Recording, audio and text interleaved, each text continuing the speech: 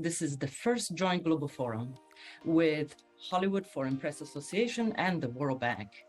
By partnering with Hollywood and many other leaders in the entertainment industry, we have generated evidence on how powerful this tool really is in changing attitudes and behaviors and mobilize social action towards a better world. Frankly, banks work with the government, and they must work with the government for banks to stay afloat. So one of the key things we have to do is get the government in league with the understanding that this is one of our largest taxable resources. This is one of the key elements that we have here. If we're going to give grants, why aren't we giving them logically? So that all grants go in to repair in a whole way, so that there's a wholeness to the grants that we give, so that we organize our grant giving, so that when we're reparative, we repair in a wholeness. This is exactly what we're here for, to understand how we can collaborate in a very cohesive manner and bring unity to our common efforts from the development sectors and the entertainment sector, and work together to really affect change in the world. I think in New York, people look at the United Nations and they see this glass building on First Avenue and they imagine the diplomats inside and what they're doing. The UN is much, much more than that. The UN is everywhere in the world. We are also in the form of the normative rules that become laws in many countries and regulations that enable us to live in a world that is interconnected with multiple problems and challenges. So how do we communicate that to the world without using the language of the resolutions, which are written in what we call UNEs? And growing up, for me, television was a window into the world. I learned English from television. I went to a school run by the United Nations as a refugee. So for me, my work for the last 10 years sort of brings the two together. It's the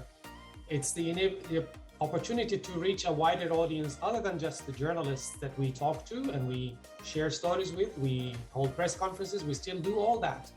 But what I have been involved with directly in the last 10 years at the UN is how do we bring the UN and what happens in the UN, the stories from the UN, the concept and the principles to the widest possible audience, not as a direct advertising, not as, this is what we are telling you because we are the United Nations, this is what world leaders have agreed to. No, through soft messaging in a way that is more engaging, that will actually, and most recently, we recognize that the way to really change behavior and change people's minds is through stories. Madeleine is president and CEO of the Gina Davis Institute in Gender in Media. And she will talk to us about gender portrayals in media. If the unprecedented challenges of the past few years have taught us anything, it's been about the importance of collaboration, creative ingenuity, and unity to drive systemic change, which is what we're talking about. And when we think about some of those challenges, caregiving is one of the greatest challenges that impacts all of us on a global and a daily basis.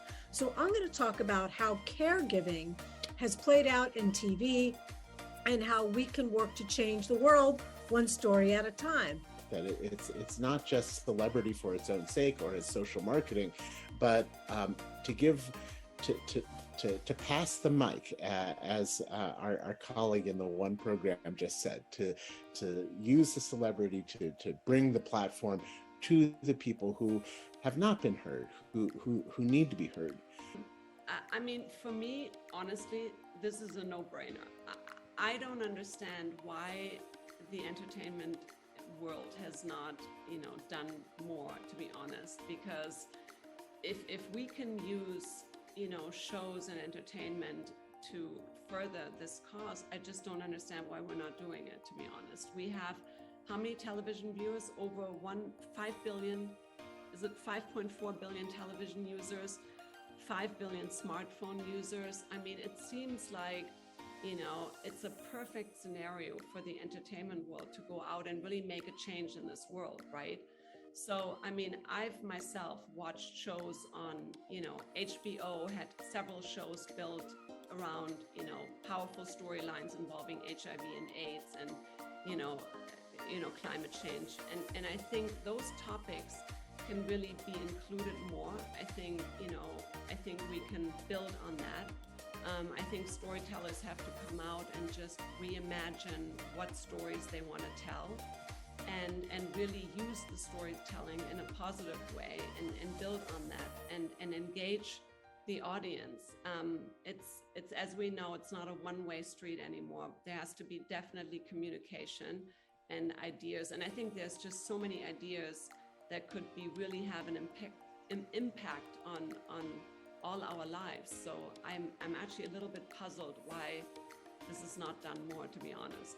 But the research for the industry shows that consumers, especially millennials and Gen Z, they want to work for companies that do good. They want to buy products from companies that do good.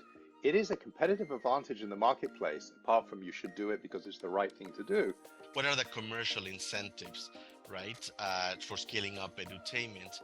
And a good statistic is that as Netflix subscriptions are saturated in the US and other developed countries, subscription rates in developing countries are rapidly growing.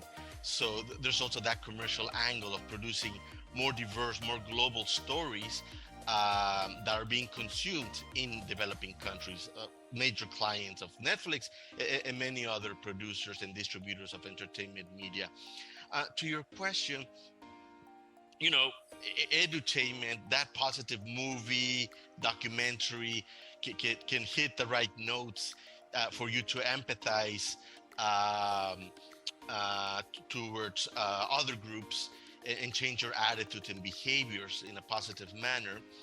But sometimes you need reinforcers, right? Because ultimately you will go back to your community, to your own reality, right? So reinforcers are good to remind you about that connection you had with that character, right? So we've seen the power of music in mobilizing, basically. And these artists, these talents who already have their followers, when they feature in a song, their fan base are actually looking out for what they are bringing out, for what they are producing. And when they see such kind of collaborations and they see their favorite artists talking about a specific issue, it becomes an issue of interest for them.